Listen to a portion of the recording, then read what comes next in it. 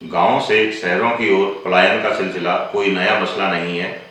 पहाड़ों के संघर्षपूर्ण व कठिन दिनचर्या तथा शहरों की भौतिकवादिता जीवन शैली निरंतर युवाओं को अपनी ओर आकर्षित करती रही है। फिर उसमें पहाड़ों पर मूलभूत सुविधाओं का अभाव, कृषि के प्रति बढ़ती अरुचि, बेरोजगारी न चाहते हुए भी पहाड़ के युवा वर्ग को शहरों की ओर पलायन करने से नहीं रोक पाई। ऐसे में उत्तराखंड विकेंद्रीकृत जलागम विकास परियोजना ग्राम्या सेकिंड आच्छादित क्षेत्रों में जब जलागम विभाग ने ग्राम्या सेकिंड के माध्यम से ग्रामीणों को कृषि क्षेत्र तथा रोजगार के विषय में अवसर प्रदान किए, तो कई ऐसे उदाहरण हमें देखने को मिलते हैं जिसमें युवा वर्ग के ग्रामीणों द्वारा शहरों की नौकरी छोड़कर कृषि, बेमौसमी सब्जी तथा पशुपालन को अपना रोजगार बनाया। ऐसा ही एक उदाहरण पीएमयू प्रभाग के रायपुर यूनिट सूक्ष्म जलागम क्षेत्र के ग्राम पंचायत थानों के राजस्व ग्राम ककनावा में चक तलाई का है, जिसमें श्री मुकेश जी, जो ग्रेजुएट होने के पश्चात होटल मैनेजमेंट की डिग्री लेने के पश्चात बॉम्बे में होटल में नौकरी करते थे। उसके पश्चात जब इन्होंने देखा कि नौकरी तथा इनके घर के बीच में सामंजस्य स्थापित नहीं हो पा रहा है, इतनी दूर रहने के पश्चात भी इनके बच्चे ढंग से नहीं पढ़ पा रहे हैं, माता पिता की ढंग से सेवा नहीं हो पा रही है, इनके द्वारा बड़ी मायूसी देखी गई। लेकिन जब से ग्राम्या परियोजना 2014-15 से इस क्षेत्र में आई, तो इनको एक्सपोजर के माध्यम से, प्रशिक्षण के माध्यम से तथा कार्यशालाओं के माध्यम से कृषि के प्रति जागरूकता तथा उससे होने वाले लाभों के बारे में जानकारी दी गई।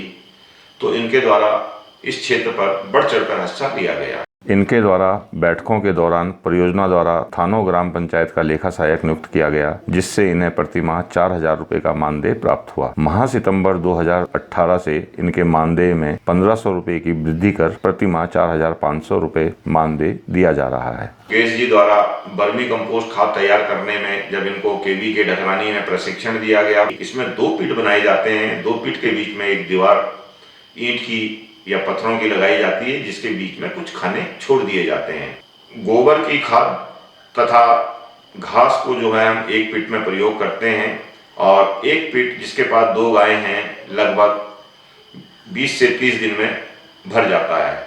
उसके पश्चात 60 दिन तक उस पिट में हम केचुए छोड़ते हैं। केचुए जो है 200 रुपए प्रति किलो के हिसाब से केवी की ढकरानी द्वारा हमको उपलब्ध कराए गए। तो 60 से 90 दिन के अंतर्गत जो हमने इसमें गोबर तथा घास फूस डाला था, वो गलकर बिल्कुल चाय पत्ती की तरह हो जाता है। एक पिट से हमें लगभग 6 क्विंटल वर्मी कंपोस्ट खाद प्राप्त हो जाती है। आज इनके द्वारा 10 रुपए से 12 रुपए प्रति किलो के हिसाब से वर्मी कंपोस्ट नजदीकी कृषकों के साथ साथ नोएडा व दिल्ली में विक्रय किया जा रहा है। इनके द्वारा अभी तक 1,70,000 रुपए की वर्मी कंपोस्ट खाद विक्रय की गई। साथ ही वर्मी कंपोस्ट में प्रयुक्त होने वाले केचुए विक्रय किए, जिससे इनको 35,000 रुपए की आय प्राप्त हुई। इनके द्वारा फसल चक्र के अंतर्गत बीमारियों से बचाव के लिए वेस्ट डिकम्पोस्ट का भी प्रयोग किया गया है। ये बनाने में बहुत ही आसान भी है। एक वेस्ट डिकम्पोजर की जो सीसी है, उसको 200 लीटर पानी में 2 किलो गुड़ के साथ में डाला जाता है, और ये लगभग 1 हफ्ते में तैयार हो जाता है। इसका मैंने प्रत्यक्ष रूप से फ़ायदा देखा। मिट्टी जो है एकदम भुरभुरी हो जाती है, और उसमें बैक्टीरिया बढ़ जाते हैं, और पौधे की वृद्धि एकदम सही अनुपात में होती है। पत्ते उसके हरे रहते हैं। धनिया में मैंने इसका प्रयोग किया था, और बीन्स में इसका काफ़ी अच्छा रिजल्ट रहा।